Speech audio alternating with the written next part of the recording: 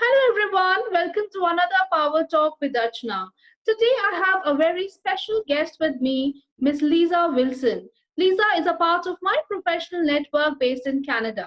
She is a leadership vision coach and human resource cultural consultant. With over 20 years of experience in training, she is passionate about coaching leaders and their teams so that they can experience excellence that they deserve. An entrepreneur herself, Lisa is also a volunteer for the local Human Resource Professionals Association chapter. The International Toastmaster for 16 years and previously at Rotary, she is a humanitarian. Let's welcome on board Lisa Wilson, a coach, a mentor, a humanitarian, and entrepreneur, and much more than a success story herself. Let's welcome Lisa. Hello, Lisa. How are you doing? I'm wonderful. Thank you so much for having me on. I appreciate it. These My are pleasure, Lisa. My pleasure, absolutely, Lisa. Thank you so much for coming. Okay, now Lisa, we totally understand that the company culture is one of the most important factors. But over the few months, we've seen a lot has changed, from office culture to work from home environment. Now, what do you think is happening actually in today's environment with work from home situation? How relevant is company culture today? I think company culture is more relevant than ever. It has been changing for some time, but I think with COVID, it's making it even more so. People are now looking for companies that are helping to take care of this world, that have good morals and foundations behind them. And so even working from home, that changes none of that as far as what I see.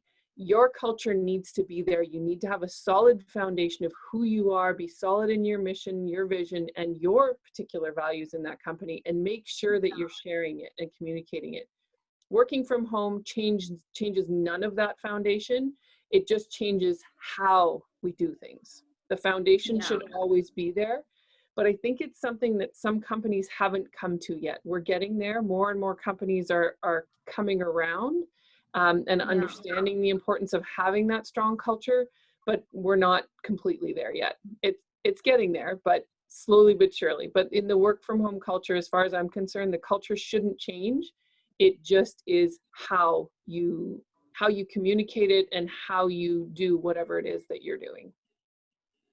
Absolutely, Lisa. I totally agree with you. So, where does Lisa fit in this kind of a scenario? How can you help both companies and the employees to make sure that that culture remains intact and that it is not lost anywhere in the process? I work mostly with leaders, and I try and stick to small to medium sized companies because, as I say, get them small. Because we often see, what I've seen in my history is when companies get large, then they start thinking, oh, we should consider our culture. No, you should Yeah. start it from the beginning. So I try and work with small to medium sized companies that will eventually grow. And so we work on having that foundation now so that when they grow, they're growing with that. And that culture exists right now when they're small, and that it's well thought out so that when they do grow, it continues, and it's that solid foundation stays there.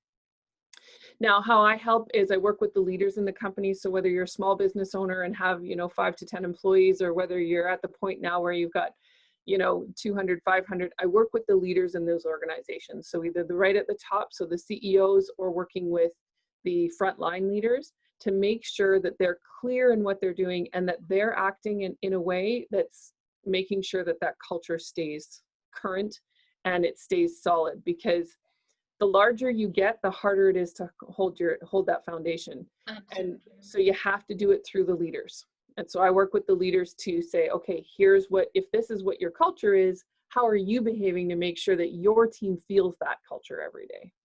Yeah. Yeah. Yeah, I think it also requires a lot of coordination with the management and the managers, down the line. Because it all said and done with, if you are the one who have to execute everything, then you need to know what is the vision, mission, and the goal of the company, so that the same can be aligned with the employees there, and they can, kind of take it forward with the way they communicate, with the way they work in the office, or with the way they handle the clients. I think everything should speak about the company culture, about what the vision the management has for the company. And that is what I think your role really fits in there.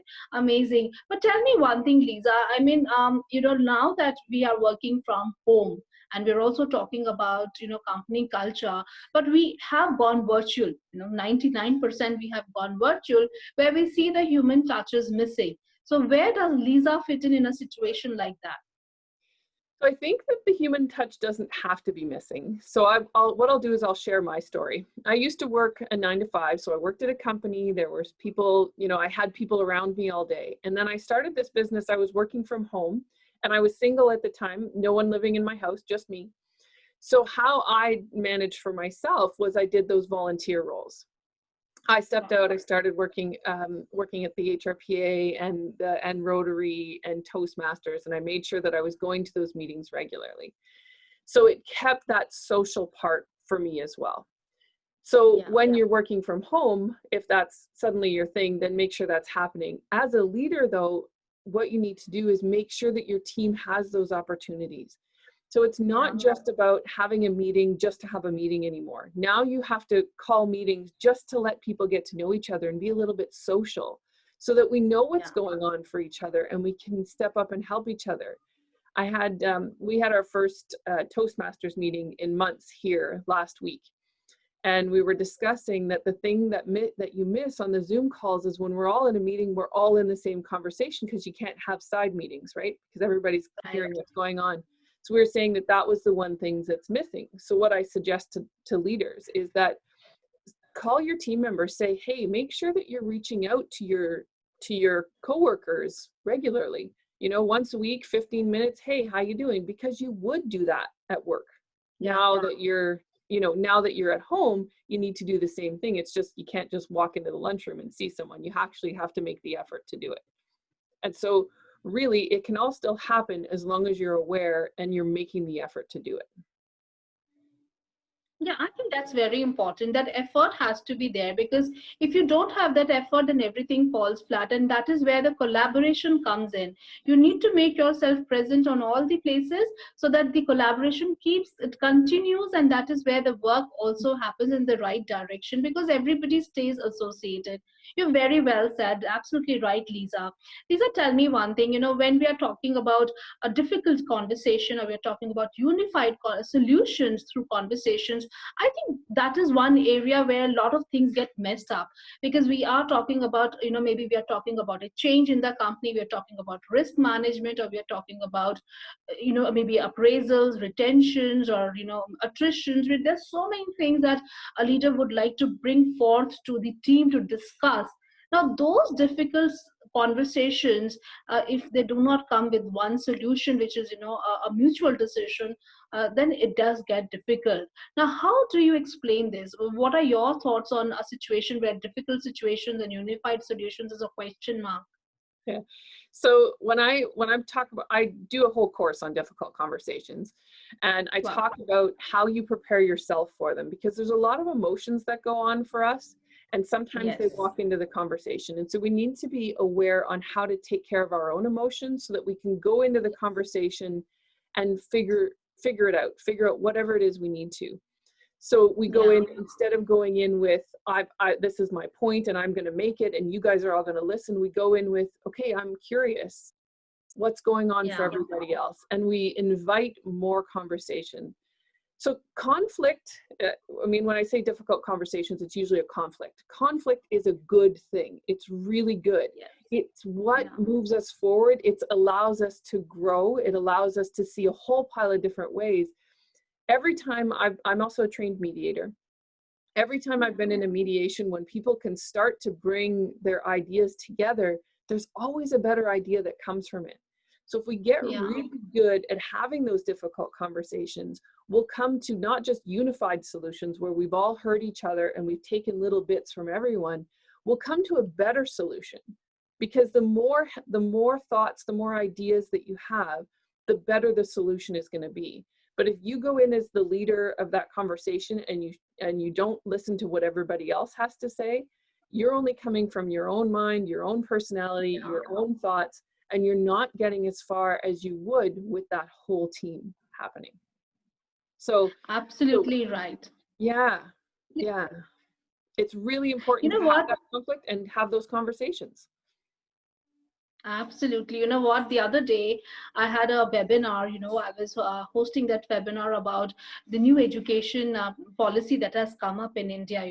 So it has been revised after 3 decades. So we have a lot of changes made at the every level. The way it's going to be executed, the way we have examinations, the way we have class, the kind of course, the way the classes are going to be taken. It's going to be absolutely rote learning has been written up, where very holistic, very discussion based, very inquisitiveness to be inculcated in the students. A lot of things have happened, and there have been chances where over this brainstorming, a lot of things came in the forefront. So I feel it's very important when we discuss, when we have that kind of brainstorming, even if we have a negative brainstorming happening, a solution will come out of it. So we definitely need people to come forward and put forth their perspectives, because that's very important. So it's not about anything negative, but it's, I think, very positive. That should always be maintained, because only then we reach to a solution. Communication is can be really path breaking to come to a solution and a conclusion, and help companies and even people grow, for that matter. There's so many things that get resolved in the process when we communicate, and communicate in the right direction. Very well said. Tell me one thing. So you have been in the division for the International Toastmaster and also been the director for past 1 year. What are your tips to my audience to involve themselves in public speaking, and how can they, kind of furnish this trait in them? Because I feel today public speaking is very important. So what are your tips to my audience? So some quick tips. My biggest suggestion is join Toastmasters. It's everywhere in the world. And here's the thing, you're going to go, you're going to practice, and someone's going to give you feedback. They're going to say, you did this well, you didn't do this quite so well, try this next time. So I do really suggest joining Toastmasters. If you can't join Toastmasters, if there's not one near you, find some people that you can do your presentations for before, so that you can get that feedback in advance. Because it really is about getting the feedback, improving what you do, and getting comfortable with it. I always suggest, for me, I tried different courses. I did all these different courses, and I knew how to write a speech and I knew how to talk. But unless I'm going regularly every week and speaking in front of a group, I start to get nervous again. All those nerves come back. And so I've gone back to Toastmasters over the last 4 or 5 years. Consistently, I go every week, so that every week I have to stand in front of a crowd and speak, and my comfort level stays up. That's the main reasons I do it. But some quick tips for public speaking is just know that people don't see how nervous you are. Even though you feel nervous, people don't necessarily see it. But go and practice and keep trying to do it anyway. Every opportunity that you have, go and speak in front of a crowd, even if it's just 2 or 3 sentences, because it'll train you that it's okay and it's comfortable. Wow. Okay. I also feel, I think it's very important to, just enter the room and, just kind of, if you want to really win the hearts of the people, you need to win yourself first in your mind. Be confident of who you are, what you have in your mind, because that you are the only person who can read your mind.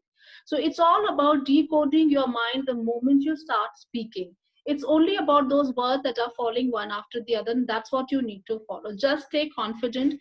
You need not be aware of who is there in the crowd.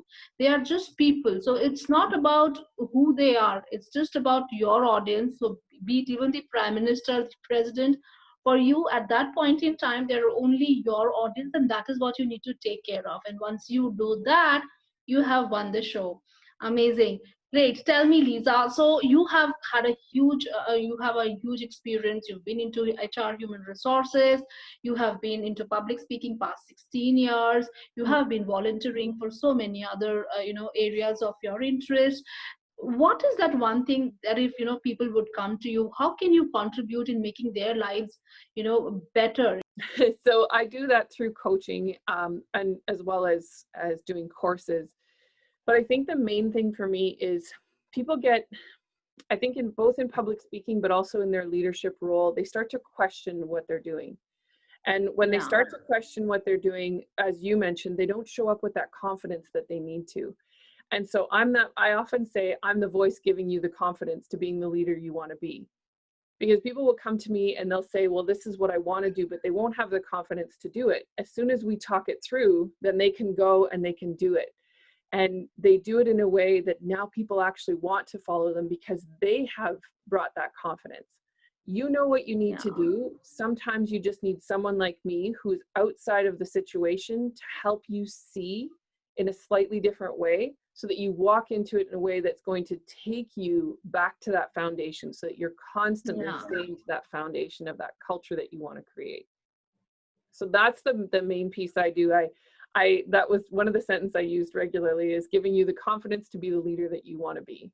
And it's something times just as simple as saying, absolutely, you've got this right. Or, you know, maybe if you do that, this is going to happen. So what about if we try this instead? So sometimes it's just having someone outside that can see it differently.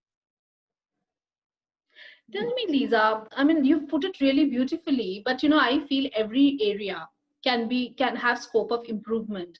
Being a coach yourself, what are the areas when you step back? What are the areas you feel have bottlenecks today as far as coaching is concerned? What are the areas, you know, the gaps that still need to be filled with the approach the kind of coaches have or the mentors have? If you were to, you know, reframe something, what is that area in coaching or mentoring that you would like to work on so that people really get that effect? I think the main thing is that not everyone does it the same way. And when I've watched some coaches, and I've even had some coaches that told me, well, you have to do this and you have to do this, but that doesn't fit me or my personality. And so even when I'm coaching other people, I say, this is how I would handle it. And this is why I would handle it this way. What are you comfortable with? Because your way is not going to be my way. So being open to allowing everyone to do it in their own way. And I think that piece gets lost sometimes, that coaches really want to just tell you how to do it. And that's not what we're looking for. What I'm looking for as when I'm your coach is for you to share with me, what are you comfortable with? And then we'll talk about, okay, if we do it this way, this might happen, and work in different things. So I think really knowing your own personality and how that affects the other types of personalities is really, really important. And allowing people to, even if you come to me as a coach, I don't expect that you do it my way, because I have a way and it works for me. But if you try and be me, it's not going to come off as authentic and people won't trust you. So you have to show up and do it in your own way. I think that's one of the pieces that I've seen with coaches or I hear from leaders, a leader must do this. No, not all leaders must do that. You know, like there's some things that everyone just needs to do it in their own way and bring your authentic self forward. Yeah, I think you are quite right there. It has to be true to yourself, only then you can implement it very well, you know, even if you know the pros and cons of the situation, that personal touch in the thing that you're trying to make a change to or trying to reform has to have your personal touch to it. It has to go the way you think it can be executed, only then it's going to be long term. Otherwise, it's anyways going to fall flat because it's not you. I think it's quite right, very right. Tell me, Lisa, what makes a good coach and what makes a bad coach? You know what? I don't think there is a good coach and a bad coach. I think there's a coach that matches you and a coach that doesn't. So sometimes people will come to me and they'll start talking and they'll tell me what their issue is. And I'll say, you know what? I'm not the right coach for you. And I have I have a lot of coaches that I know and I know well, and I might send you on to someone who's more skilled at what you're looking for. I've done that several times, and those same coaches will send other people to me.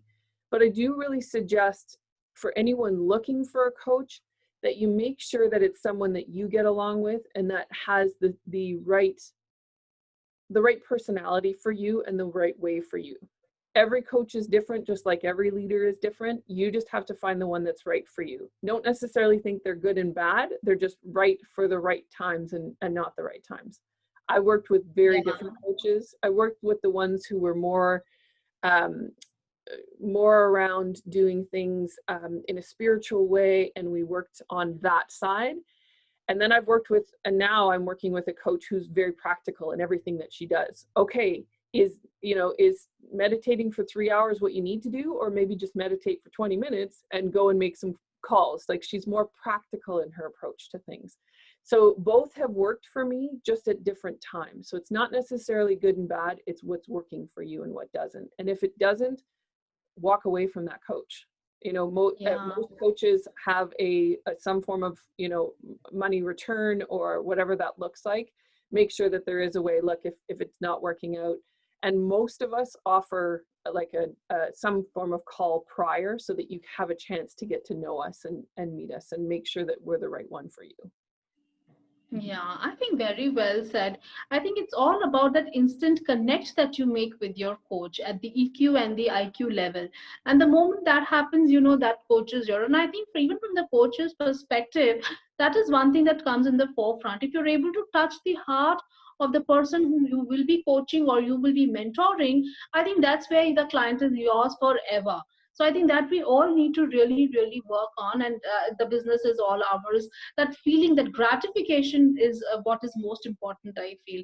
I think that is really amazing. So tell me one thing, Lisa, according to you, see, we know we all are going through very tough times right now. It's all pandemic time. The economy has gone topsy-turvy. What are your rules for people today? What would you like to advise them? How should they make use of this adversity, and not let this adversity go waste? Because I feel with every adversity there are opportunities, and with every opportunity there is growth.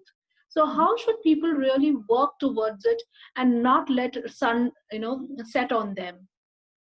So I had, because we talked about this before, I have sort of two ways in doing this. So I thought what I'd do is give some tips for working from home, because many of us have been sent to suddenly work from home, and I've been doing it for 6 years. So I'll start with that, and then talk about when you're leading from home and what that looks like. So first, when you're working from home, make sure you have a schedule and you stick to it. Set some boundaries so that you still have a work-life balance. Shut down at the end of the day. If you can't, I have an office because I've been doing this for 6 years. Many people were just tossed to be working from home. They're working from their kitchen tables.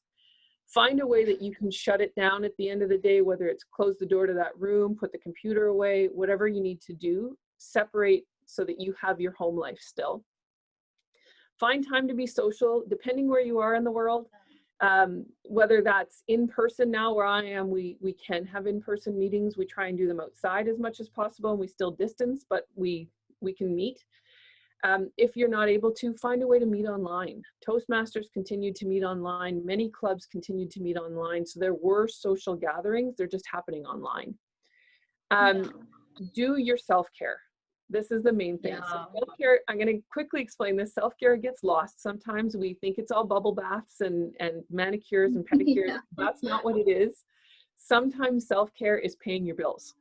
So absolutely. Do whatever it is that you need in that moment. Maybe you need to pay your bills and then go have a bath, or maybe you need to have a bath before you can concentrate on paying your bills. But do what you need to do to take care of yourself, and then figure out your work-life balance. So what does that look like for you now that you're at home? How much time do you need to be away from your computer or whatever it is that you need for your sort of office space now? Make sure that you have that balance. Hold that boundary, whatever that boundary is that you've set.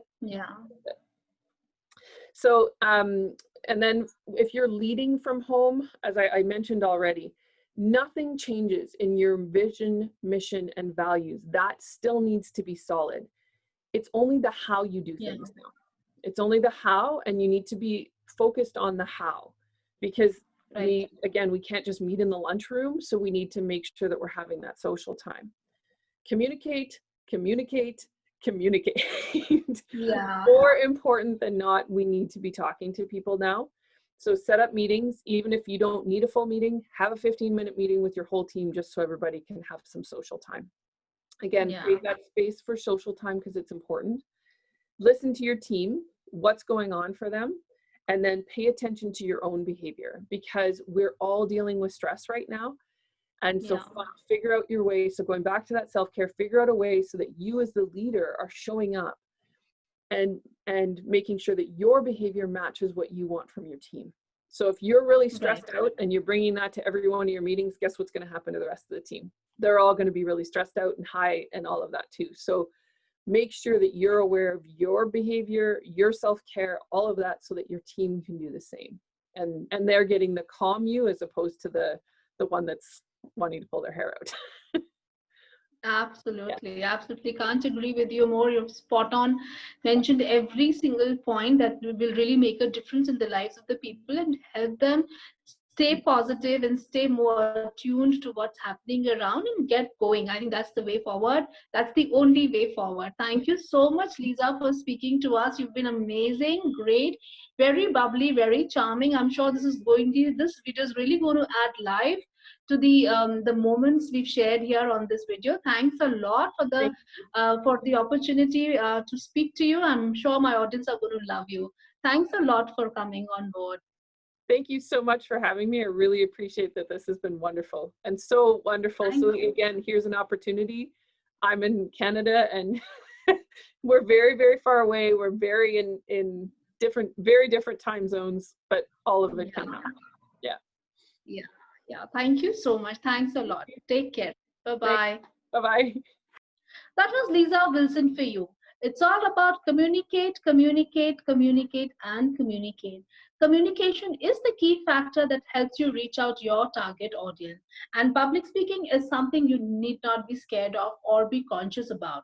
It's just about addressing those bunch of audience that are nothing more than people. They are your people, and you are simply involving yourself with them in an informal or a formal chat as the situation be. It's just about that. It's nothing about their titles. So when you are addressing to them, forget the titles they hold. They are just people sitting in the audience for you to know what you think on a particular subject or matter. I hope all these pointers, these quick tips really help you become better public speakers, help you become better organizers, help you become better coaches or mentors, or help you become people who can adopt to changes more easily. I hope all these tricks work for you, all these tricks really work for you. I wish you all the best and stay tuned for more.